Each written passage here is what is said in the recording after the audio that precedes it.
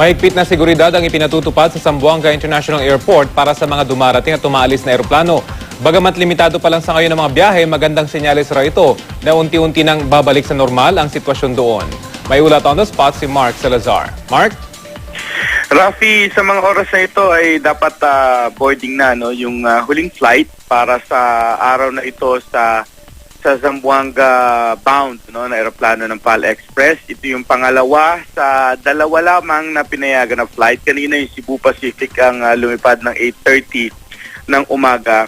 At kagaya nga ng sinabi mo, meron silang tinatawag na 3-layered security measures sa airport na ipatutupad. Ayon yan kay CAAP Deputy Director John Andrews na sumakay dun sa first flight papuntang Zamboanga.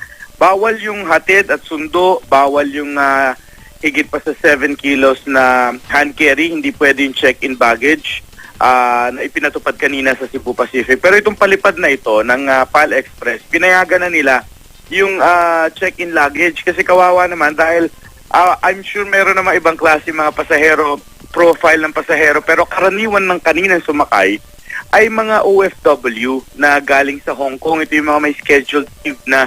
Kaya marami ito, expected, marami silang bagahe at kawawa naman kung hindi isasakay kung kailangan pa nila lumabas uli na airport para ito ipa-cargo.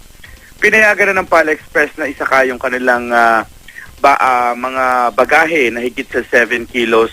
Marami sa mga nakausap namin ay mga hindi naman mismo dun sa barangay na kung saan merong kaguluhan at gusto nilang i-highlight na may mga barangay na kanilang uuwian na hindi naman daw ganun yung gulo. At sila daw kahit na OFW sa Hong Kong ay meron constant communication sa kanilang mga kaanak sa Zamboanga para sabihang wag sila mag-alala dahil maayos ang kalagayan. Kaya nga sila ay uuwi ngayon. Marami sa kanila na stranded lang sa Maynila, Rafi, dahil ito yung mga last week pang umuwi pero inabutan ng pagsasara ng airport ng Zamboanga. Kaya hindi agad nakabalik dyan sa Zamboanga. Yung PAL Express naglabas na ng advisory, Rafi, na pang Biyernes at Sabado at Linggo na kung hindi mababago ay dalawa na yung kanilang flight. Isang 9 a.m. at isang 2 p.m. in the afternoon simula bukas hanggang sa bumalik sa normal ang operasyon ng mga airlines sa Zamboanga Airport. Rafi? Maraming salamat, Mark Salazar.